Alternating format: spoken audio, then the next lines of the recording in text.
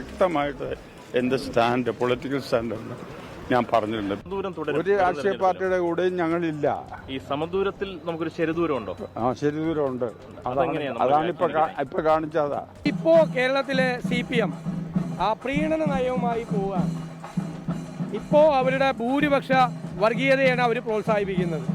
ഞങ്ങൾ അവരെടുത്ത നിലപാടിനെ പറ്റി പരാതി പറഞ്ഞിട്ടില്ല, ആരോപണം ഉന്നയിച്ചിട്ടില്ല, ആക്ഷേപം ഉന്നയിച്ചിട്ടില്ല.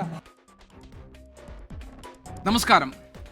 വിമർശനങ്ങൾക്കിടയിലും വിശ്വാസ വിഷയത്തിൽ സർക്കാരിനൊപ്പം എന്ന നിലപാടിൽ ഉറച്ചു നിൽക്കുകയാണ് NSS. സമദൂരത്തിലെ ശരിദൂരം എന്നതാണ് ജനറൽ സെക്രട്ടറി സുകുമാരൻ നായരുടെ ന്യായീകരണം. തിരുത്താനില്ലെന്ന് പറയുമ്പോഴും അനുനയത്തിന്റെ വാതിൽ തുറന്നു തന്നെ ഇട്ടിരിക്കുകയാണ് കോൺഗ്രസും BJPയും. രാഷ്ട്രീയത്തിലെ സമദൂരം കൈവിട്ടിട്ടില്ല എന്ന ജനറൽ സെക്രട്ടറിയുടെ വാചകത്തിലാണ് ഇരു മുന്നണികളുടെയും പ്രതീക്ഷ.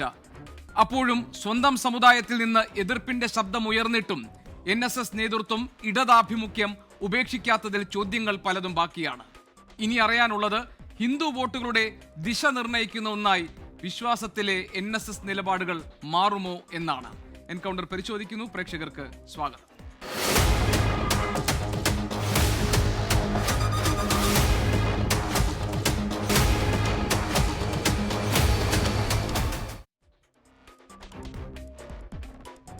കോൺഗ്രസിലെ ഡോക്ടർ ജിൻഡോ ജോൺ, ഇടത് സഹയാത്രികൻ അഡ്വക്കേറ്റ് BN ഹസ്കർ, BJPയിലെ ശ്രീമതി TP സിന്ധുമോൾ, മാധ്യമപ്രവർത്തകനും രാഷ്ട്രീയ നിരീക്ഷകനുമായ ശ്രീ A സജീവൻ എന്നിവരാണ് ഇന്ന് ഈ ചർച്ചയിൽ പങ്കെടുക്കാൻ ഉള്ളത്. ഡോക്ടർ ജിൻഡോ ജോൺ, ഇന്നിപ്പോൾ ഈ ശബരിമലയിലെ അയ്യപ്പ സംഗമത്തിലെ രാഷ്ട്രീയ വിശദീകരണ യോഗമൊക്കെ കോൺഗ്രസിൻ്റേത് കഴിഞ്ഞു. പ്രീണന നയം ആണ്, ഹിന്ദു വോട്ടുകൾ ലക്ഷ്യമിട്ടിട്ടുള്ള നീക്കമാണ് പിണറായി സർക്കാർ നടത്തിയതും ഇടതുപക്ഷം നടത്തുന്നത് എന്നുമുള്ള ആക്ഷേപം ഉയർത്തി. ഒരു കാരണവശാലും ഇത്തരത്തിലുള്ള വർഗീയ പ്രീണന നയം കോൺഗ്രസ് സ്വീകരിക്കില്ല എന്ന് VD സതീശൻ ഇന്ന് പ്രഖ്യാപിക്കുകയും ചെയ്തു. പക്ഷെ അപ്പോഴും ഡോക്ടർ ജിൻഡോ, NSS സ്വീകരിച്ച നിലപാട് അത് ശബരിമല വിഷയത്തിൽ പ്രത്യേകിച്ച് ഹിന്ദു ഭൂരിപക്ഷ വോട്ടുകളെ സ്വാധീനിക്കാവുന്ന തരത്തിൽ ശബരിമലയിലെ വിശ്വാസ വിഷയത്തിൽ ഇടതുപക്ഷ സർക്കാരിന് അനുകൂലമായി NSSനെ പോലെ ഒരു സമുദായ സംഘടന സ്വീകരിച്ച നിലപാടുകളെ കോൺഗ്രസ് എങ്ങനെയാണ് ഈ ഘട്ടത്തിൽ കാണുന്നത്? ഇപ്പോൾ തിരുത്താൻ തയ്യാറല്ല എന്ന് അദ്ദേഹം പറഞ്ഞു. കാരണം തിരുത്തേണ്ട ആവശ്യമില്ല, NSS അല്ല നിലപാടുകൾ തിരുത്തിയത്, സർക്കാർ തിരുത്തിയപ്പോൾ അതിന് NSS അംഗീകരിക്കുകയാണ് ചെയ്തതെന്നതാണ്. അതിന് ഇന്ന് സുകുമാരൻ നായർ പറഞ്ഞത് സമദൂരത്തിലെ ശരിദൂരം എന്നാണ്. ഈ ശരിദൂരം കോൺഗ്രസിനെ ബഹുദൂരം അകറ്റുന്ന ഒന്നാണ് എന്ന് നിങ്ങൾ കാണുന്നുണ്ടോ? തീർച്ചയായിട്ടും അങ്ങനെയല്ല ഗോപി ഞങ്ങൾ കാണുന്നത്. ഇപ്പോൾ താങ്കൾ എന്നോട് ചോദിച്ച പോലെ ഇടത് സർക്കാരിന് അനുകൂലമായിട്ട് അല്ല ഇവിടുത്തെ ഇത്തരം നെഗറ്റീവുകളൊക്കെ ഉണ്ടാകുന്നത്. കേരളം ഇപ്പോൾ ഭരിക്കുന്നത് ഒരു വലത് സർക്കാരാണ്, തീവ്ര വലതുപക്ഷ നിലപാടാണ് ഈ സർക്കാർ എടുക്കുന്നത്. അതുകൊണ്ടാണ് 9 വർഷത്തിലധികമായി സംസ്ഥാനം തുടർന്ന് ഭരിക്കുന്ന ഒരു സർക്കാരിനും തുടർഭരണം കിട്ടിയ ഒരു മുഖ്യമന്ത്രിക്കും ഈ 9 വർഷക്കാലം ഈ നാട്ടിലെ സാധാരണ ജനങ്ങളുടെ നിത്യജീവിതത്തെ ബാധിക്കുന്ന എത്രത്തോളം അനുഭവവേദ്യമായ വികസന പ്രവർത്തനം നടത്തി എന്ന് പറയാൻ പറ്റാതെ സാമുദായിക നേതാക്കന്മാരുടെ പിന്തുണയാർജിക്കാൻ നടത്തുന്ന ശ്രമങ്ങളെ സർക്കാരിനുള്ള പിന്തുണയായിട്ട് വ്യാഖ്യാനിക്കേണ്ട ഗതികേടിലേക്ക് ഇവർ എത്തുന്നത്. ഇവിടെ ശബരിമല യുവതീ പ്രവേശനവുമായി ബന്ധപ്പെട്ട വിഷയത്തിൽ കേരളത്തിലെ എമ്പാടും വലിയ സമരം നടക്കുമ്പോൾ അന്ന് ഈ സർക്കാർ എടുത്ത നിലപാടിൽ 1 ഇഞ്ച് പോലും അവർ നിലപാട് തിരുത്തിയിട്ടില്ലെന്ന് മാത്രമല്ല, ആ നിലപാടിൽ നിന്നുകൊണ്ട് തന്നെ സാമുദായിക നേതാക്കന്മാരെയും മറ്റും തെറ്റിദ്ധരിപ്പിക്കാനുള്ള നിലപാട് നടക്കുന്നത്. ഇതൊരു ഇരട്ട നിലപാടാണ്. കാരണം സുപ്രീം കോടതിയിൽ അഫിഡവിറ്റ് തിരുത്തുന്നില്ല, അല്ലെങ്കിൽ അതുമായി ബന്ധപ്പെട്ട ശബരിമലയിലെ ആചാര ലംഘനത്തിന് ആധാരമാക്കിയ മോൻസൺ മാവുങ്കലിന്റെ ചെമ്പോല അത് തെറ്റായിരുന്നു എന്ന് സമ്മതിക്കുന്നില്ല, ആ സമരത്തിൽ പങ്കെടുത്ത ആളുകൾക്കെതിരെയുള്ള കേസുകൾ പിൻവലിക്കുന്നില്ല. ഇതെല്ലാം നിലനിൽക്കുന്നുണ്ട്.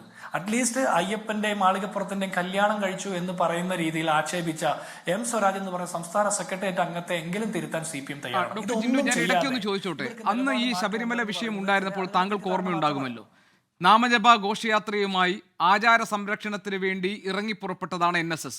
അന്ന് ശബരിമലയിലെ അയ്യപ്പ വിശ്വാസികളായിരുന്ന ധാരാളം ആളുകളുടെ പിന്തുണ NSSന്റെ ആ നീക്കത്തിനുണ്ടായിരുന്നു. അതിൽ താങ്കൾക്ക് സംശയമില്ലല്ലോ. അന്ന് അവർ തെരുവിലിറങ്ങാൻ കാരണം സർക്കാരിന്റെ നിലപാടിലുള്ള വിയോജിപ്പും പ്രതിഷേധവും രേഖപ്പെടുത്താനായിരുന്നു. അതേ NSS ഇന്ന് പറയുന്നു ഈ ആചാര സംരക്ഷണത്തിന്റെ കാര്യത്തിലായാലും ശരി, അയ്യപ്പ ഭക്തരുടെ അവകാശങ്ങൾ അല്ലെങ്കിൽ അവരുടെ വിശ്വാസ സംബന്ധമായ താല്പര്യങ്ങൾ സംരക്ഷിക്കുന്ന കാര്യത്തിലായാലും ശരി, സർക്കാർ ഒപ്പം ഉണ്ടാകും എന്ന ഉറപ്പ് ലഭിച്ചിട്ടുണ്ട് എന്ന്. ആരാണോ അന്ന് സർക്കാരിനെ എതിർത്ത് തെരുവിൽ പ്രതിഷേധവുമായി ഇറങ്ങിയത്, അതേ സമുദായ സംഘടന ഇന്ന് സർക്കാർ ശബരിമല വിഷയത്തിൽ സ്വീകരിക്കുന്ന നിലപാടുകളെ അംഗീകരിക്കുകയാണ്. അപ്പോൾ പിന്നെ കോൺഗ്രസ് മറുഭാഗത്ത് നിന്ന് ഈ കാര്യങ്ങൾ പറഞ്ഞിട്ട് കാര്യമുണ്ടോ എന്നാണ് എൻ്റെ ചോദ്യം. അല്ല ഗോപി, ഞങ്ങൾ മറുഭാഗത്ത് എന്നുള്ളതല്ല, ഞങ്ങൾ സംസ്ഥാനം ഭരിക്കുന്ന പിണറായി സർക്കാരിന്റെ എതിർഭാഗത്ത് എന്നുള്ളതാണ്. അവർ ഈ സംസ്ഥാനത്തെ ജനങ്ങളെ നിരന്തരം കള്ളം പറഞ്ഞുകൊണ്ട് മുന്നോട്ട് പോകുന്ന നിലപാടുകൾക്കെതിരെയാണ്.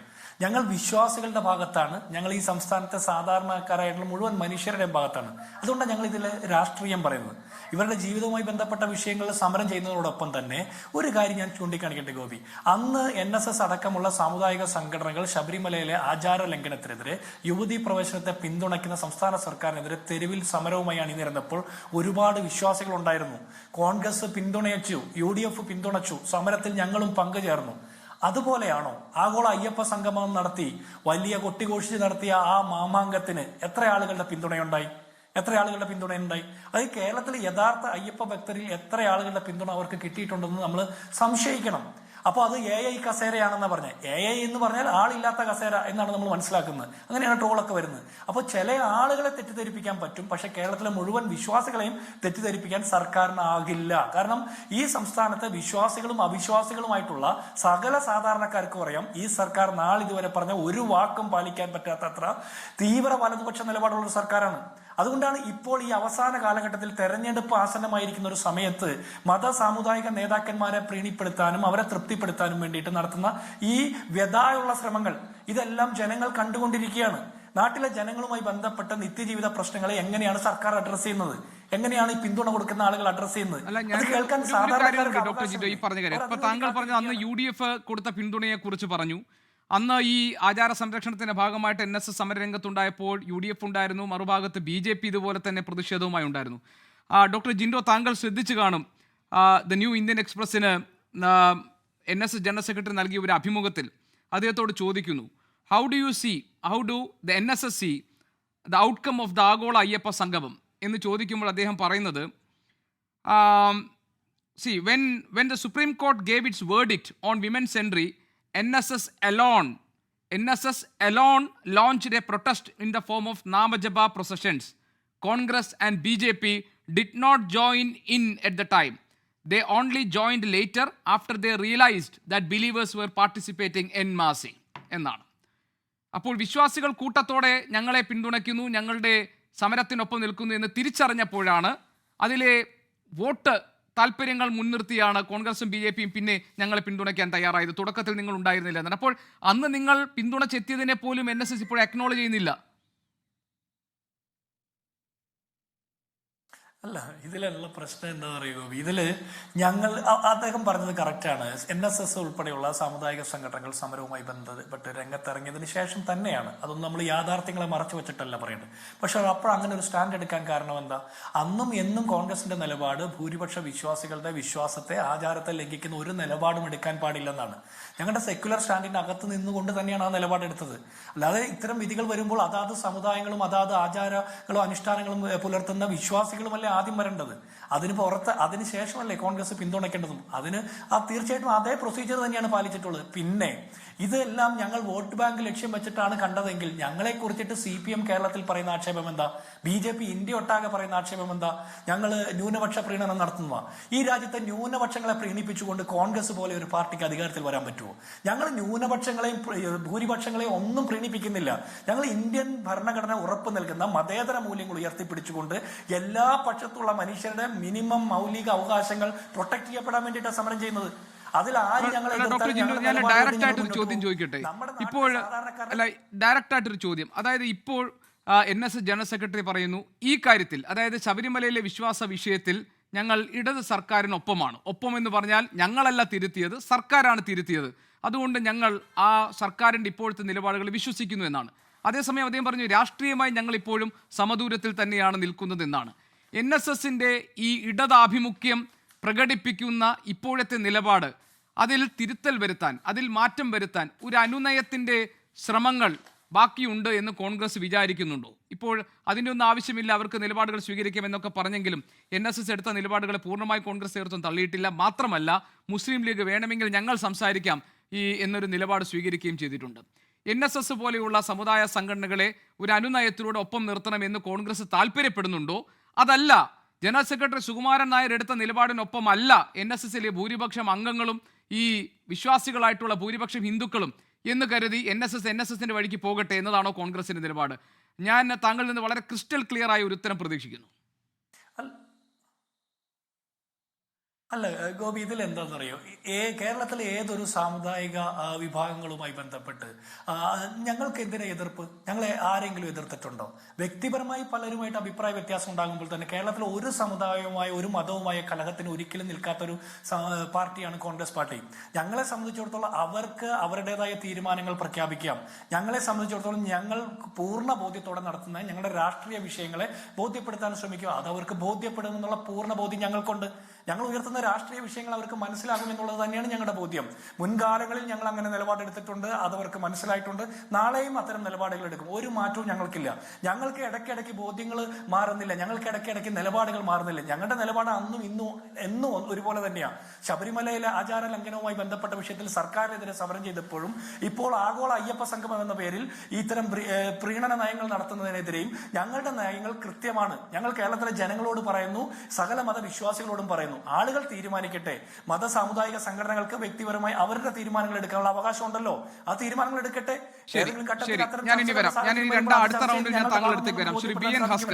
ശ്രീ ബി എൻ ഹസ്കർ, രണ്ട് കാര്യങ്ങളാണ് ഇന്ന് NSS ജനറൽ സെക്രട്ടറി പറഞ്ഞതിൽ ഇടതുപക്ഷം പ്രത്യേകം ശ്രദ്ധിക്കേണ്ടത്. ഒന്ന്, വിശ്വാസവുമായി ബന്ധപ്പെട്ട കാര്യങ്ങളിൽ, ശബരിമലയിലെ വിശ്വാസ പ്രശ്നവുമായി ബന്ധപ്പെട്ട കാര്യത്തിൽ ഞങ്ങളല്ല, അതായത് NSS അല്ല തിരുത്തിയിട്ടുള്ളത് സർക്കാരാണ്.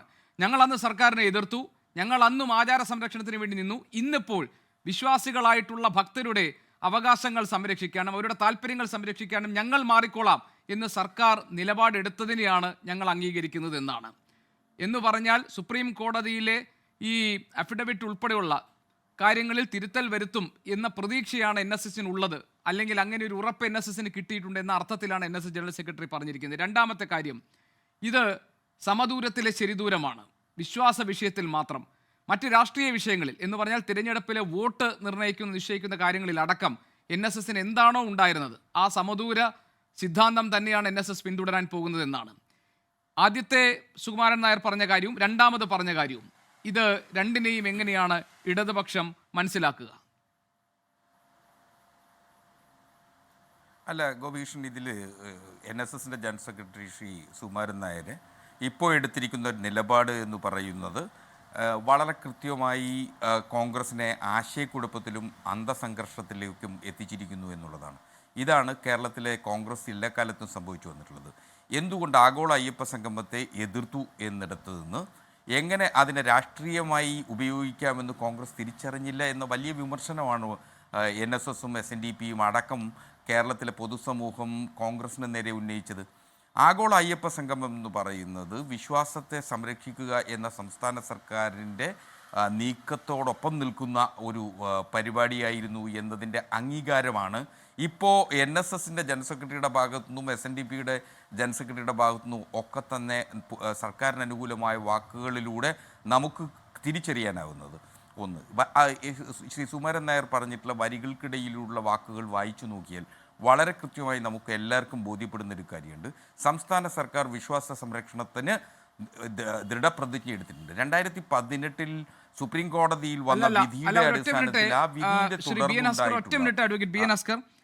ഇത് ഞാൻ അതാ പറഞ്ഞത്. ഇത് സുകുമാരൻ നായർ അന്ന് കൊടുത്ത അഭിമുഖം താങ്കളും വായിച്ചു കാണുമല്ലോ. അദ്ദേഹം പറയുന്നത് the government assured us that they will resolve the issue in Sabarimala. ശബരിമലയിലെ വിശ്വാസവുമായി ബന്ധപ്പെട്ട പ്രശ്നം പരിഹരിക്കാമെന്ന ഉറപ്പ് ഞങ്ങൾക്ക് നൽകിയിട്ടുണ്ട്. മാത്രമല്ല, they also assured us that customs will be protected and they won't do anything against it. അപ്പോൾ അവിടുത്തെ ആചാര സംരക്ഷണത്തിന് വിരുദ്ധമായി ഒന്നും ചെയ്യില്ല. The assurance was conveyed by Devaswom minister VN Vasavan with the chief minister's knowledge. എന്ന് പറഞ്ഞാൽ സുകുമാരൻ നായർ പറഞ്ഞത് ശരിയാണ്. ഞങ്ങളല്ല മാറിയത് സംസ്ഥാന സർക്കാരാണ്. ഞങ്ങൾക്ക് ഉറപ്പ് തന്നിട്ടുണ്ട്, വിശ്വാസ സംരക്ഷണവും ആചാര സംരക്ഷണവും ഒക്കെ ഉറപ്പ് വരുത്തിക്കൊള്ളാം എന്ന് സർക്കാർ ഞങ്ങൾക്ക് വാക്ക് തന്നിട്ടുണ്ട്. മുഖ്യമന്ത്രിയുടെ അറിവോടുകൂടി ഈ ദേവസ്വം മന്ത്രി VN വാസവൻ ആ കാര്യങ്ങൾ പറഞ്ഞിട്ടുണ്ടെന്നാണ്. എന്ന് പറഞ്ഞാൽ ഇടതുപക്ഷം ആ നിലപാടുകളിൽ മാറ്റം വരുത്തി, അതിനെ ഞങ്ങൾ അംഗീകരിക്കുന്നു എന്നാണ് അതിൻ്റെ രത്ന ചുരുക്കം. അല്ല ഗോപീഷൻ, 2018 സുപ്രീം കോടതിയിൽ നിന്ന് വന്ന വിധിയെ തുടർന്ന് ശബരിമല യുവതീ പ്രവേശനം അനുവദിക്കാം എന്ന നിലപാട് സംസ്ഥാന സർക്കാരിനുണ്ടായിരുന്നു. പക്ഷെ അത് ഒരു ആചാരലംഘനമായി തീരുന്നു എന്ന ബോധ്യം ഇടതുപക്ഷത്തിനുണ്ട് എന്നുള്ളതാണ്. അത്തരമൊരു ആശയ സംഹിതയിലേക്ക് ഇടതുപക്ഷം എത്തിച്ചേർന്നു എന്നതാണ് ഇപ്പോൾ ഒരു പക്ഷേ സത്യവാങ്മൂലം ഇപ്പോൾ നിലവിൽ സുപ്രീം കോടതിയിലുള്ള സത്യവാങ്മൂലത്തിൽ സംസ്ഥാന സർക്കാരിൽ മാറ്റമൊന്നും ഉണ്ടായിട്ടില്ലല്ലോ. സുപ്രീം കോടതിയിൽ ദേവസ്വം ബോർഡ് അടക്കം കൊടുത്തിട്ടുള്ള സത്യവാങ്മൂലങ്ങൾ, മുൻകാല സത്യവാങ്മൂലങ്ങൾ എന്തിന് RSSൻ്റെതടക്കമുള്ള നിലപാടുകൾ യുവതീ പ്രവേശനത്തിന് അനുകൂലമായിരുന്നു. കോൺഗ്രസ് ഭരിച്ചിരുന്ന ഘട്ടത്തിൽ ശ്രീ പ്രയാർ ഗോപാലകൃഷ്ണൻ ആദ്യമായി ദേവസ്വം ബോർഡിനും ദേവസ്വം ബോർഡ് സുപ്രീം കോടതിയിൽ കൊടുത്തൊരു സത്യവാങ്മൂലത്തിൽ അദ്ദേഹം പറഞ്ഞിരുന്നത് വളരെ കൃത്യമായി യുവതീ പ്രവേശനത്തിന് അനുകൂല നിലപാടായിരുന്നു. ബോധ്യം അല്ല, ശ്രീ ബി എൻ ഹസ്കർ, ഉമ്മൻചാണ്ടി സർക്കാരിന്റെ കാലത്ത് നൽകിയ സത്യവാങ്മൂലം യുവതീ പ്രവേശനത്തിന് അനുകൂലമായിരുന്നു അല്ലല്ലോ? അങ്ങനെ അല്ല, ഓരോ കാലഘട്ടത്തിലും ആ കാലഘട്ടത്തിനനുസൃതമായിട്ടുള്ള മാറ്റങ്ങളാണ് വരിക. അതുകൊണ്ടാണ് ഈ ഘട്ടത്തിൽ ഇടതുപക്ഷം ആലോചിക്കുന്നത് വിശ്വാസ സംരക്ഷണം അനിവാര്യമാണ് എന്ന ബോധ്യത്തിൻ്റെ അടിസ്ഥാനത്തിലാണ്. ആ വിശ്വാസ സംരക്ഷണത്തിന് ആഘാതമേൽക്കാത്ത വരുന്ന തരത്തിലുള്ള ഒരു ആചാര ലംഘനവും നടത്തുന്നതിന് സംസ്ഥാന സർക്കാർ തയ്യാറല്ല എന്നുള്ളതാണ് ഒരുപക്ഷേ ഇപ്പോൾ ശ്രീ സുകുമാരൻ നായർക്ക് സംസ്ഥാന സർക്കാർ നൽകിയിട്ടുള്ള ഉറപ്പിൽ നിന്ന് നമുക്ക് ബോധ്യപ്പെടുന്നത്. അദ്ദേഹത്തിൻ്റെ അഭിമുഖത്തിൻ്റെ വരികൾക്കിടയിലൂടെ വായിച്ചാൽ നമുക്ക് ബോധ്യപ്പെടുന്നത് അത് ഗവൺമെൻറ് എടുത്തിട്ടുള്ള നിലപാട് എന്ന് പറയുന്നത് വിശ്വാസ സമൂഹത്തെ സംരക്ഷിക്കുക എന്നുള്ളതാണ്. ഇവിടെ NSS ആണ് വളരെ കൃത്യമായി നമുക്ക് 2018 അന്ന് യുവതീ പ്രവേശനത്തെ ന്യായീകരിച്ച മുഖ്യമന്ത്രി അന്ന് തന്ത്രിയുടെ കോന്തലയിലല്ല ശബരിമലയിൽ അധികാരത്തിന്റെ താക്കോൽ എന്ന ആക്ഷേപവാക്ക് ചൊരിഞ്ഞ മുഖ്യമന്ത്രി അദ്ദേഹം ആഗോള അയ്യപ്പ സംഗമം നടത്തുന്നു. ഇപ്പോൾ സജി ചെറിയാൻ മാതാ അമൃതാനന്ദമയെ ചടങ്ങിൽ പങ്കെടുത്തതിൻ്റെ വിവാദം ഇവിടെ ഒരു ഭാഗത്ത് നിൽക്കുന്നു. ഈ കാര്യങ്ങളെല്ലാം കൂട്ടിവെച്ച് വായിക്കുമ്പോൾ ഭൂരിപക്ഷ ഹിന്ദു വോട്ടുകളിൽ കണ്ണു നട്ടിട്ടുള്ള ഒരു പ്രീണന നയത്തിലേക്ക് സർക്കാർ മാറുന്നു എന്ന് രാഷ്ട്രീയ നിരീക്ഷകർ സ്വാഭാവികമായി വിലയിരുത്തും. അപ്പോൾ NSSനെ അരികിൽ നിർത്താൻ കഴിഞ്ഞു, SNDPയെ കൂടെ കൂട്ടാൻ കഴിഞ്ഞു. പക്ഷേ നിങ്ങൾ സൂക്ഷിക്കേണ്ട ഒരു കാര്യം, NSS പറയുന്നത് ഞങ്ങൾ ഈ സമദൂരത്തിലെ ചെറുദൂരമൊക്കെ പറയുമ്പോഴും രാഷ്ട്രീയത്തിൻ്റെ കാര്യത്തിൽ ഞങ്ങൾ സമദൂരത്തിൽ തന്നെയാണ് ഉള്ളതെന്നാണ്. പിന്നെ അന്ന് നാമജപ ഘോഷയാത്രയ്ക്ക് പിന്തുണ കിട്ടിയ കോൺഗ്രസും അന്ന് നിയമം ഭേദഗതി ചെയ്യാമെന്ന് പറഞ്ഞ BJPയും ഒക്കെ NSS അന്ന് അവർക്കൊപ്പം നിന്നതിന് അന്നൊരു കാരണം അവർക്കുണ്ടായിരുന്നു. അതിനുശേഷം ഇപ്പോൾ സുകുമാരൻ നായർ പറഞ്ഞത് താങ്കൾ കേട്ടല്ലോ, അവരൊക്കെ ഞങ്ങളെ വഞ്ചിച്ചുവെന്ന്. നാളെ സംസ്ഥാന സർക്കാരിനെ കുറിച്ചും ഇടതുപക്ഷത്തെക്കുറിച്ചും ഇത് പറയേണ്ടി വരുന്ന ഒരു സാഹചര്യം ഉണ്ടാകില്ല എന്നൊരു ഉറപ്പെങ്കിലും കൊടുക്കാൻ നിങ്ങൾക്ക് കഴിയുമോ?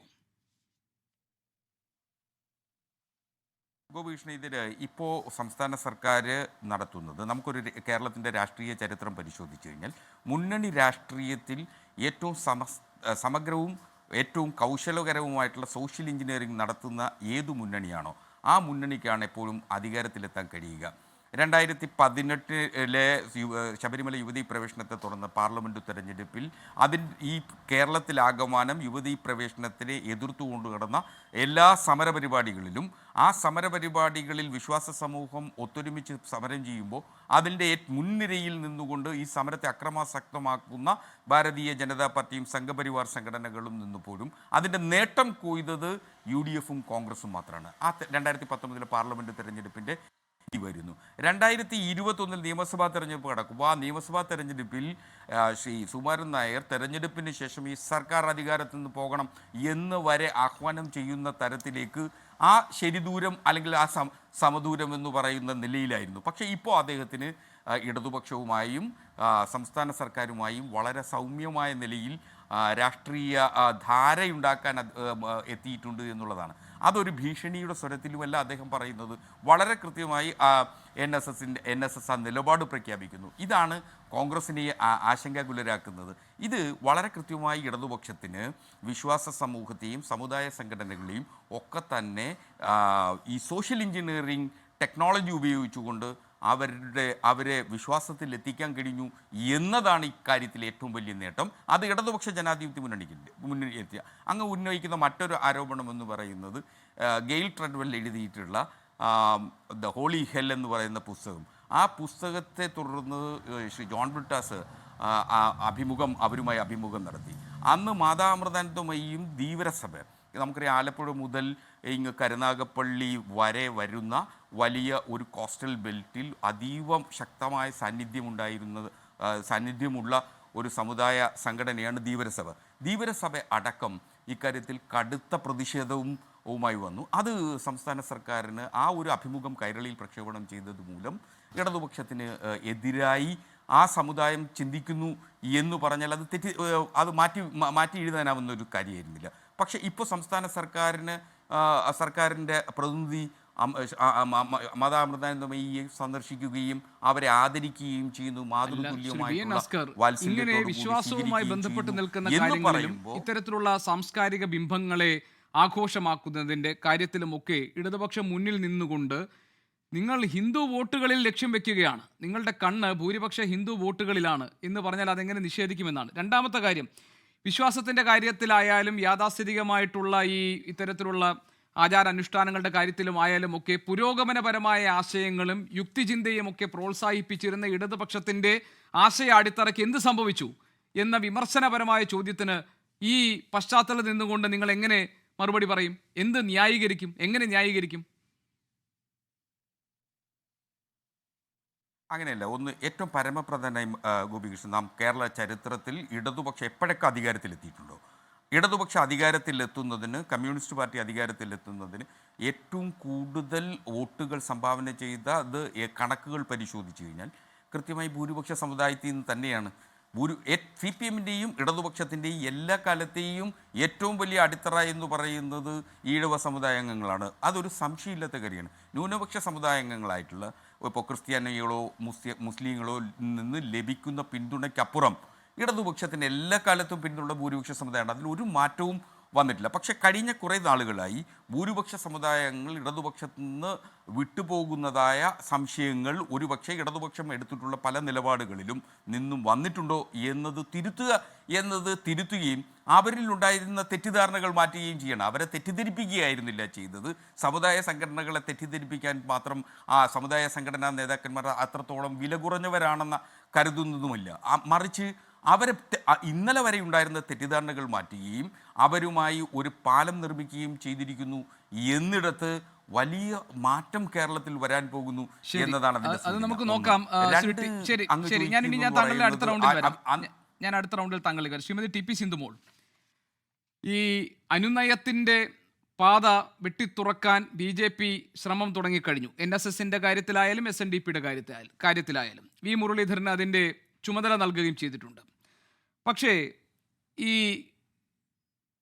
നിയമനിർമ്മാണം നടത്തും എന്ന് ഉറപ്പ് കൊടുത്ത BJP ഞങ്ങളെ വഞ്ചിച്ചു ശബരിമലയിലെ വിശ്വാസ വിഷയത്തിൽ എന്ന് NSSന്റെ ജനറൽ സെക്രട്ടറി പരസ്യമായി പറഞ്ഞിരിക്കുന്ന സാഹചര്യത്തിൽ അനുനയത്തിൻ്റെ എന്ത് സാധ്യതയാണ് വി മുരളീധരൻ്റെ മധ്യസ്ഥയിൽ നടക്കുന്ന നീക്കങ്ങളിൽ നിങ്ങൾ പ്രതീക്ഷിക്കുന്നത്?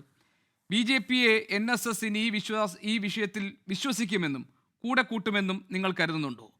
ഇനി നിങ്ങൾ ആഗോള അയ്യപ്പ സംഗമം നടത്തിയപ്പോൾ മറുഭാഗത്ത് മറ്റൊരു സംഗമം, ഒരു ബദൽ സംഗമം നടത്തി. അതിൻ്റെ ഭാഗമായി വന്നിട്ടുള്ള വിവാദ പരാമർശങ്ങളും വർഗീയ ചുവയോടുകൂടിയുള്ള പരാമർശങ്ങളുമൊക്കെ വലിയ വിമർശന വിധേയമാവുകയും ചർച്ചയാവുകയും ചെയ്യുന്ന ഘട്ടത്തിൽ വിശ്വാസികളുടെ യഥാർത്ഥ സംരക്ഷകർ ഞങ്ങളാണ് എന്നൊരു അവകാശവാദം ഇനി ഈ സമൂഹത്തിന് മുന്നിൽ BJPക്ക് എങ്ങനെ വെക്കാൻ കഴിയും?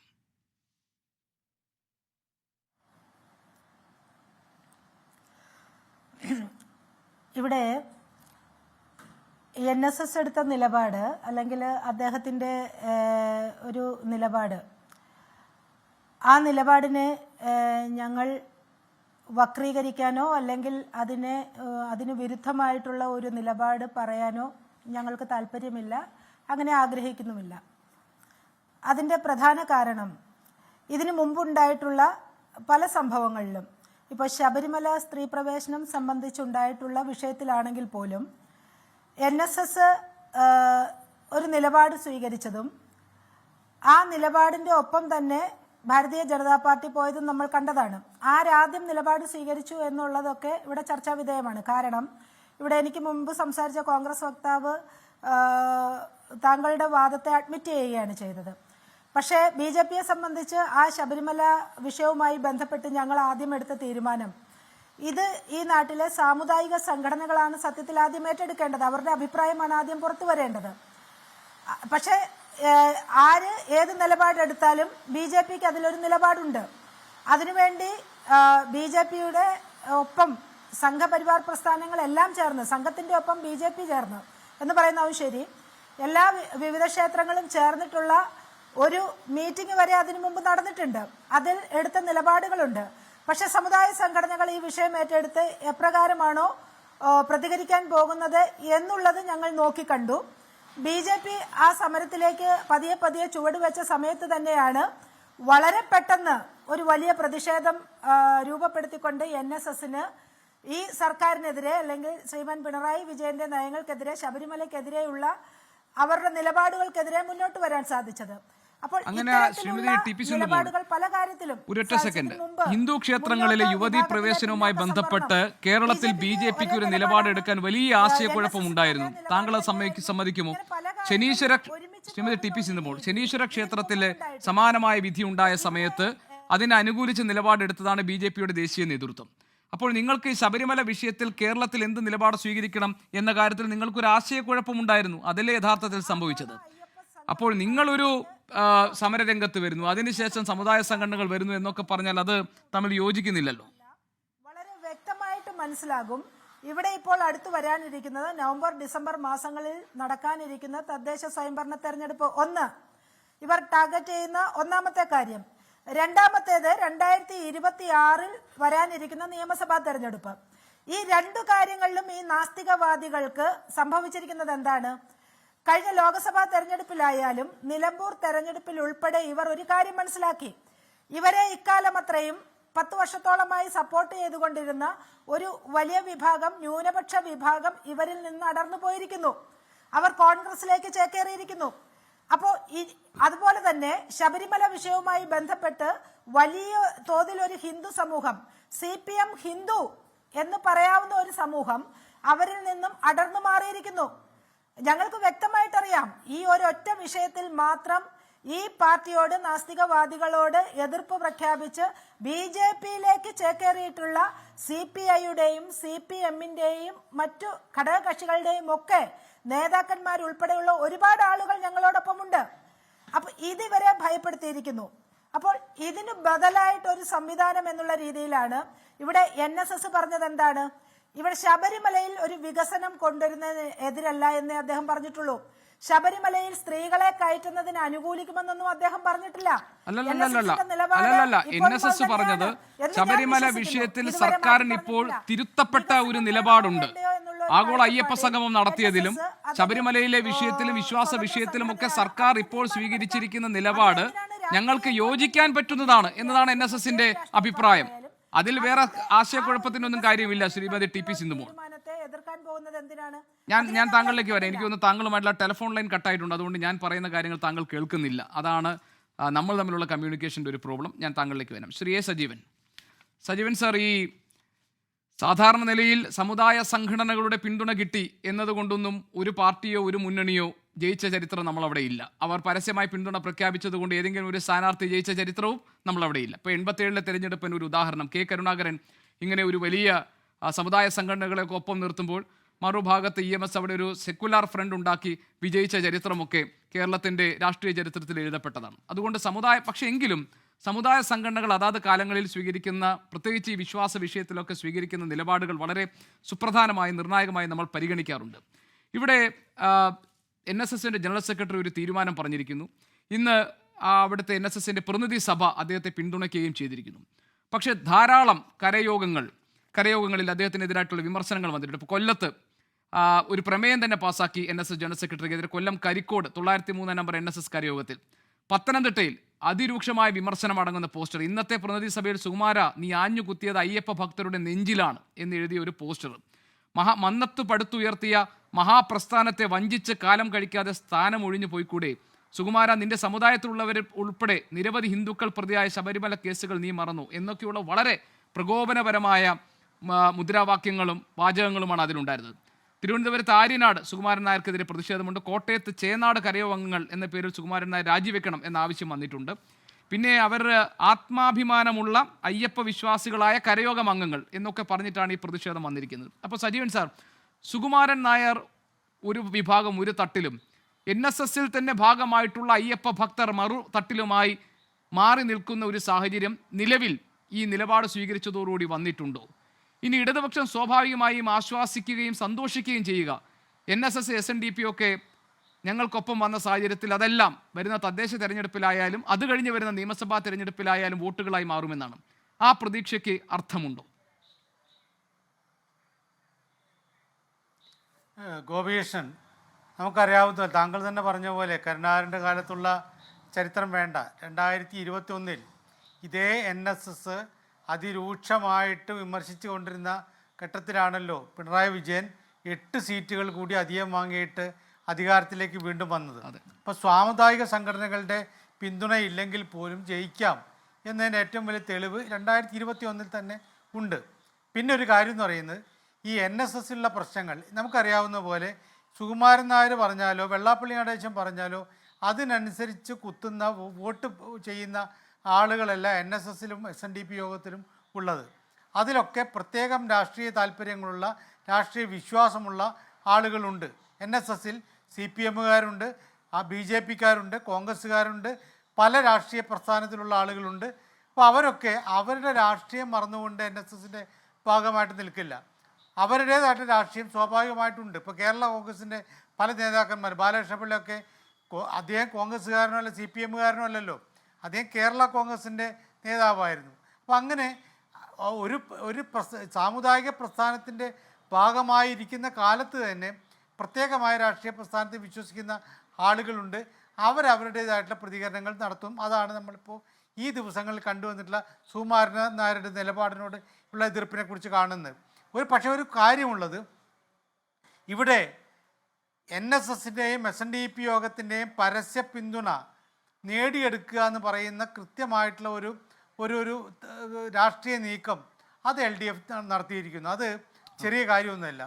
അതായത് നേരത്തെ ഈ 2 പ്രസ്ഥാനങ്ങളും തങ്ങൾക്ക് അനുകൂലമായിട്ട് നിൽക്കാൻ സാധ്യതയില്ല. BJPയിലേക്കൊക്കെ ഏത് സമയത്തും ചാടിക്കളിക്കുന്ന ആളായിരുന്നു വെള്ളാപ്പള്ളി നടേശൻ. NSSന് സ്വാഭാവികമായിട്ടും കോൺഗ്രസിനോടായിരുന്നു പ്രതിപത്തി. അപ്പം അങ്ങനെയൊക്കെ ഉണ്ടായിരുന്ന ഘട്ടത്തിൽ നിന്നും അവരുടെ ഒരു പിന്തുണ ഞങ്ങൾക്കാണ് എന്ന് വരുത്താൻ നേരത്തെ ചെയ്തൊരു വലിയൊരു അബദ്ധം. അപ്പോൾ അസ്കർ പറഞ്ഞ പോലൊന്നുമല്ല, അക്കാലത്ത് ശബരിമല സ്ത്രീ പ്രവേശനത്തിൽ ഒരിക്കൽ പോലും സുപ്രീം കോടതി പറഞ്ഞിട്ടില്ല സ്ത്രീകളെ ശബരിമലയിൽ കയറ്റണമെന്ന്. സ്ത്രീകൾക്ക്, അതായത് ഈ 16 വയസ്സിനും 12 വയസ്സിനും 50 വയസ്സിനും ഇടയിലുള്ള സ്ത്രീകൾക്കും അവിടെ ശബരിമല പ്രവേശനമാവാം എന്നാണ് കോടതി പറഞ്ഞിട്ടുള്ളത്. അതിനർത്ഥം സ്ത്രീകൾ അവിടെ കയറ്റണമെന്നല്ല. ബിന്ദു അമ്മിണിയും മറ്റവിടെ കടത്തിയിട്ടുള്ളതിൻ്റെ കാര്യം നമുക്കറിയാം. ഇരുട്ടിൻ്റെ മറവിൽ പോലീസുകാരവിടെ കയറ്റിയിട്ടുള്ളത് അതൊരു ബലപ്രയോഗത്തിലൂടെ ചെയ്യുന്ന കാര്യമായിരുന്നു. അതിൻ്റെ ആവശ്യം ഉണ്ടായിരുന്നില്ല.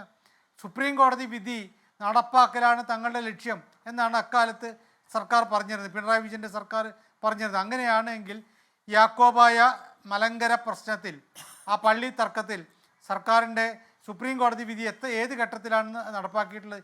ഇപ്പോഴും ആ സുപ്രീം കോടതി വിധി അതേപോലെ കിടക്കുകയാണ്. അത് നടപ്പാക്കാൻ സർക്കാർ തയ്യാറായില്ല. അപ്പോൾ സുപ്രീം കോടതി വിധി ഉണ്ട് എന്നുകൊണ്ട് നടപ്പാക്കണമെന്നൊന്നുമില്ല. അതിന് സാങ്കേതികത്വം പറയാം, അത് ഡിലേ ചെയ്യിക്കാം, ഒക്കെ ചെയ്യാം. ആ ചെയ്യാന്നുള്ളതിൻ്റെ ഏറ്റവും വലിയ തെളിവാണ് യാക്കോബായ മലങ്കര പ്രശ്നം. അപ്പോൾ ഇത് അക്കാലത്ത് ചെയ്ത ഏറ്റവും വലിയ വിഡ്ഢിത്തമായിരുന്നു. അതിൻ്റെ ഒരു വലിയ തിരിച്ചടി ഉണ്ടായിട്ടുണ്ട്. ആ തിരിച്ചടി പൊളിച്ചടി സുകുമാരൻ നായർ പറഞ്ഞ ശരിയാണ്. നേരത്തെ പറ്റിപ്പോയ LDFന് പറ്റിപ്പോയ പിണറായി സർക്കാരിന് പറ്റിപ്പോയ അബദ്ധം അവർ പൊളിച്ചെഴുതുകയാണ് ചെയ്തത്. അതിന് ഏറ്റവും വലിയ തെളിവും CPMൻ്റെ സംസ്ഥാന സെക്രട്ടറി ഗോവിന്ദൻ മാഷ് പറഞ്ഞാണ്, മാറ്റമില്ലാത്ത മാറ്റത്തിന് മാത്രമാണ് എന്ന് പറഞ്ഞാൽ കൃത്യമാണല്ലോ. അവർ മാറ്റുക എന്നതിനെ ഒരിക്കൽ പോലും ലജ്ജയില്ലാതെ നടപ്പാക്കാൻ അവർ തയ്യാറാകുന്നു. കാരണം ഇപ്പോഴത്തെ അവസ്ഥയിൽ ഈ ഒരു കാര്യം കൂടി, മൂന്നാമത്തെ ഭരണം കൂടി കിട്ടണമെങ്കിൽ ഈ ഒരു പിന്തുണ കൂടി വേണം എന്ന് കൃത്യമായിട്ട് അറിയാം. BJP കേരളത്തിലേക്ക് വല്ലാതെ ശക്തമായിട്ട് വരുന്നുണ്ട്. അതിനെ തടയാനുള്ള ഒരു വഴിയായിട്ട് കൂടിയാണ് ഇതിനവർ കാണുന്നത്. അതിൻ്റെ ഒരു രാഷ്ട്രീയ തന്ത്രമാണ് നടപ്പാക്കിയിട്ടുള്ളത്. അതല്ലാതെ ഈ യഥാർത്ഥ വിശ്വാസ സംരക്ഷകർ അത് ഇടതുപക്ഷമാണ് എന്ന ഒരു വിലയിരുത്തലിലേക്ക് NSSും SNDPയും ഒക്കെ എത്തി എന്ന് താങ്കൾ കരുതുന്നുണ്ടോ? ഇല്ല, ഒരിക്കലുമില്ല. അവരിപ്പോൾ ചെയ്തിട്ടുള്ള വെച്ചാൽ തങ്ങൾ പറഞ്ഞ കാര്യത്തിലേക്ക് ഈ സർക്കാരിനെ കൊണ്ടുപോകാൻ, അതാണ് സുകുമാരൻ നായർ പറഞ്ഞ കാര്യം. ഇപ്പോഴും സർക്കാർ പ്രഖ്യാപിക്കാത്ത, മുഖ്യമന്ത്രിയോ പാർട്ടി സെക്രട്ടറിയോ അല്ല വേറെ ഏതെങ്കിലും മന്ത്രിമാരോ പ്രഖ്യാപിക്കാത്തൊരു കാര്യം, ഞങ്ങൾ ഇന്ന കാര്യങ്ങൾ നിലപാട് മാറ്റുന്നു എന്ന് പറഞ്ഞിട്ടില്ല. ആ നിലപാട് മാറ്റാമെന്ന് ഉറപ്പ് കൊടുത്തു എന്ന് സുകുമാരൻ നായർ പറയുന്നുണ്ടെങ്കിൽ അതൊക്കെ തെറ്റാണ്, ഞങ്ങളങ്ങനെ നിലപാട് മാറ്റിയിട്ടില്ല എന്ന് മുഖ്യമന്ത്രിയോ അല്ലെങ്കിൽ ഗോവിന്ദ മാഷോ പറയണം. അവർ പറഞ്ഞിട്ടില്ല. അപ്പം അതായത് നിലപാട് മാറ്റാം, ഞങ്ങൾക്ക് അന്ന് പറ്റിപ്പോയ അബദ്ധം ഞങ്ങളിനി ആവർത്തിക്കില്ല എന്ന് വളരെ കൃത്യമായിട്ട് സ്ഥാപിച്ചു കൊടുക്കുകയാണ്. അതായത് ഇപ്പോഴത്തെ അവസ്ഥയിൽ കേരളത്തിലെ 2 പ്രമുഖ സാമുദായിക ഹിന്ദു സാമുദായിക സംഘടനകളെ അവർക്ക് കൃത്യമായിട്ടും വേണം. അടുത്ത തദ്ദേശ തെരഞ്ഞെടുപ്പിലും അത് കഴിഞ്ഞ് വരുന്ന നിയമസഭാ തെരഞ്ഞെടുപ്പിലും തങ്ങൾക്ക് അനുകൂലമായ എതിരായിട്ടുള്ള നിലപാടെങ്കിലും ഇല്ലാതിരിക്കുക, അതുണ്ടാക്കുക എന്നുള്ളത്. ഇപ്പോൾ സുകുമാരൻ നായർ പറയുന്നത് ഞങ്ങളിപ്പോൾ പഴയ പോലെ സമദൂരത്തിലെ ശരിദൂരം എന്ന് പറഞ്ഞാൽ അത് നേരത്തെ തന്നെ അദ്ദേഹം പറഞ്ഞുകൊണ്ടിരിക്കുന്ന ഒരു തന്ത്രപരമായ നിലപാടാണ്. അത് എന്താണെന്ന് ചോദിച്ചാൽ അത് ഒരിക്കൽ പോലും പറയില്ല. ഏതാണ് ഈ സമദൂരമെന്നോ ഏതാണ് ശരിദൂരമെന്നൊന്നും അദ്ദേഹം പറയാറ്. സമദൂരത്തിലെ ശരിദൂരം എന്നിപ്പോൾ പറയുന്നുണ്ടെങ്കിൽ ഞങ്ങളുടെ പിന്തുണ ഇവിടെയാണെന്ന് അർത്ഥം. ഇത് കൃത്യമായിട്ട് മനസ്സിലാക്കിയിട്ട് അതിന് തടയിടാനുള്ള അല്ലെങ്കിൽ തടയിടാൻ പറ്റിയില്ലെങ്കിൽ പോലും അതിനുള്ള ശ്രമം നടത്തിയുള്ള BJP മാത്രമാണ്. അതുകൊണ്ടാണ് മുരളീധരൻ എന്ന് വെള്ളാപ്പള്ളി നടേശനെ കാണാൻ പോയത്. ഇനി സ്വാഭാവികമായിട്ടും സുകുമാരൻ നായരെ കാണാൻ പോകും. BJPക്കാർ പിന്നെയും കാര്യങ്ങളായിട്ട് മുന്നോട്ടേക്ക് പോകുന്നുണ്ട്. ഇവിടെ ജിൻഡോ പറഞ്ഞ പോലെ ഞങ്ങൾക്ക് അതുമല്ല സത്യത്തിൽ കോൺഗ്രസ്സുകാരോട് പറയാനുള്ളത്, നിങ്ങൾ കൃത്യമായിട്ടൊരു രാഷ്ട്രീയ തന്ത്രമെങ്കിലും എടുത്ത് മുന്നോട്ടേക്ക് പോകണം. അതായത് VD സതീശനെ പറ്റുന്നില്ല. VD സതീശനെ കുറിച്ച് സുകുമാരൻ നായർക്കും ഈ വെള്ളാപ്പള്ളി നടേശനൊക്കെ പറയാനുള്ള ഒറ്റ കാര്യമാണ്, ധാർഷ്ട്യത്തിൻ്റെ കാര്യമാണ്. ഫ്ലെക്സിബിൾ അല്ലാത്ത രൂപത്തിൽ കാര്യങ്ങൾ കൈകാര്യം ചെയ്യുന്നുള്ളതാണ്. അത് മാറ്റിയിട്ട് പോയില്ലെങ്കിൽ കോൺഗ്രസ്സിന് വലിയ അവരുടെ കയ്യിലുള്ള 2 സംഘടനകളിൽ, അതായത് പ്രത്യേകിച്ച് NSS കോൺഗ്രസിൻ്റെ കയ്യിലെ സംഘടനയായിരുന്നു. ആ സംഘടനയെ പുറത്തേക്ക് കളയുക എന്ന് പറയുന്ന രീതിയിലൊക്കെ പോയി ഒന്നുകിൽ അവർ BJPയോടൊപ്പം ചേരും അല്ലെങ്കിൽ CPMനോടൊപ്പം ചേരും. ഈ രീതിയിലേക്ക് കാര്യങ്ങൾ കൊണ്ടുവന്നു. അപ്പോൾ കോൺഗ്രസ്സിന് ഇത് ശരിയായ രൂപത്തിൽ കൈകാര്യം ചെയ്യാൻ ഇപ്പോഴും പറ്റുന്നില്ല. അവർക്ക് തന്ത്രപരമായിട്ടുള്ള നീക്കം നടത്താൻ പറ്റുന്നില്ല. തന്ത്രപരമായ നീക്കം നടത്തുന്നതിൽ CPM അവരെല്ലാം നമ്മളിപ്പോൾ ഇത് മാർക്സിസം ലെനിനിസം എന്നൊന്നും പറഞ്ഞിട്ട് കാര്യമില്ല. അങ്ങനെ സംഭവം CPMന് ഇപ്പോഴില്ല. അവരത് മാറ്റി വെച്ചിട്ട് അവരിപ്പോൾ തെരഞ്ഞെടുപ്പിൽ തന്നെ ഹസ്കർ പറഞ്ഞല്ലോ, തെരഞ്ഞെടുപ്പിൽ ജയിക്കാൻ വേണ്ട തന്ത്രപരമായിട്ടുള്ള നിലപാട് അതാണ് അവരുടെ തെരഞ്ഞെടുപ്പിൽ ജയിക്കുക. അതായത് പാർലമെൻ്ററി ജനാധിപത്യത്തിൽ പൂർണ്ണമായിട്ടും അവർ വിശ്വസിച്ചിരിക്കുന്നു. അതിനു വേണ്ടിയിട്ട് അവിടുത്തെ ജയമാണ് അവരുടെ ഇപ്പോഴത്തെ താല്പര്യം. അതിനു വേണ്ടിയുള്ള തന്ത്രങ്ങൾ അവർ നടപ്പാക്കുന്നു. അത് ആ രീതിയിലാണെങ്കിൽ അവരുടെ നീക്കങ്ങൾ ഓരോന്നും ശരിയാണ്. ഇപ്പോൾ വെട്ടിലായിരിക്കുന്നത് കോൺഗ്രസ് ആണ്. BJP ഒരു പക്ഷേ ഇനി നമുക്ക് ഡോക്ടർ ജിൻഡോയ്ക്ക് പറയാനുള്ളതെന്ന് കേൾക്കാം. താങ്കൾ പറഞ്ഞതുപോലെ ഒരു രാഷ്ട്രീയ തന്ത്രം ഇല്ലാതെ കുഴങ്ങി നിൽക്കുകയാണോ കോൺഗ്രസ്? മാത്രമല്ല ഇതിലൊരു അനുനയത്തിൻ്റെയോ ഒരു ഡിപ്ലോമസിയുടെയോ ഒന്നും ഒരു ലൈൻ സ്വീകരിക്കാതെ VD സതീശൻ ഒരു അഭിപ്രായത്തെ ഇരുമ്പുലൊക്കെ ആക്കി മാറ്റി വെച്ചിട്ടുണ്ടോ എന്ന് നമുക്ക് അന്വേഷിക്കാം. ഡോക്ടർ ജിൻഡോ, ഈ NSSന്റെ നിലപാട് അതൊരു രാഷ്ട്രീയ നിലപാടല്ല എന്നുമായി കാണണ്ട എന്നൊക്കെ പറയുമ്പോഴും ഈ കാര്യത്തിൽ കോൺഗ്രസിൻ്റെ ഭാഗത്തുനിന്ന് ഒരു പൊളിറ്റിക്കൽ സ്ട്രാറ്റജി എന്ന നിലയിൽ, ഒരു രാഷ്ട്രീയ തന്ത്രം എന്ന നിലയിൽ ഈ വിഷയത്തെ കൈകാര്യം ചെയ്യാൻ കോൺഗ്രസ് ശ്രമിക്കുന്നില്ല എന്നാണ് സജീവൻ സാർ ഇവിടെ നടത്തിയ ഒരു നിരീക്ഷണം. എന്താണ് അതിൽ താങ്കൾക്ക് പറയാനുള്ളത്? ഗോപി, ഞാൻ അതിലേക്ക് വരുന്നതിന് മുമ്പ് ഒരു കാര്യം എനിക്ക് സൂചിപ്പിക്കാനുണ്ട്. എനിക്ക് മുമ്പ് സംസാരിച്ച അഡ്വക്കേറ്റ് ഹസ്കർ പറഞ്ഞൊരു കാര്യം, ആഗോള അയ്യപ്പ സംഗമത്തെ രാഷ്ട്രീയമായിട്ട് ഉപയോഗിക്കാൻ കോൺഗ്രസിനായില്ല എന്ന്. തീർച്ചയായിട്ടും ഞങ്ങൾ അയ്യപ്പ സംഗമത്തെ രാഷ്ട്രീയമായിട്ട് ഉപയോഗിക്കാനല്ല ശ്രമിക്കുന്നത്. ശബരിമലയിലെ അയ്യപ്പ വിശ്വാസവുമായി ബന്ധപ്പെട്ട വിഷയത്തിൽ CPMന്റെ ഇരട്ടത്താപ്പ് തുറന്നു കാണിക്കാനാണ് ഞങ്ങൾ ആഗ്രഹിച്ചത്. അത് കൃത്യമായി നടന്നു എന്ന് തന്നെയാണ് ഞങ്ങളുടെ പ്രതീക്ഷ. കാരണം ആ അയ്യപ്പ സംഗമത്തിന്റെ ശുഷ്കമായിട്ടുള്ള സദസ്സ് അത് സൂചിപ്പിക്കുന്നതാണ്.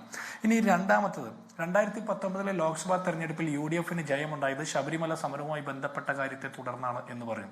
തീർച്ചയായിട്ടും അതിൽ കുറേ സാധ്യതകളൊക്കെ ഉണ്ട്. പക്ഷേ അപ്പോൾ പോലും ആ UDFന്റെ നിരന്തര സമരങ്ങളുടെ കൂടി പ്രതിഫലനമായിരുന്നു എന്നാണ് വിശ്വസിക്കാനാണ് ഞങ്ങൾക്ക് ഇഷ്ടം. കാരണം 2024 ഈ കഴിഞ്ഞ ലോക്സഭാ തെരഞ്ഞെടുപ്പിലും കോൺഗ്രസിന് മിന്നുന്ന ജയം കിട്ടിയല്ലോ.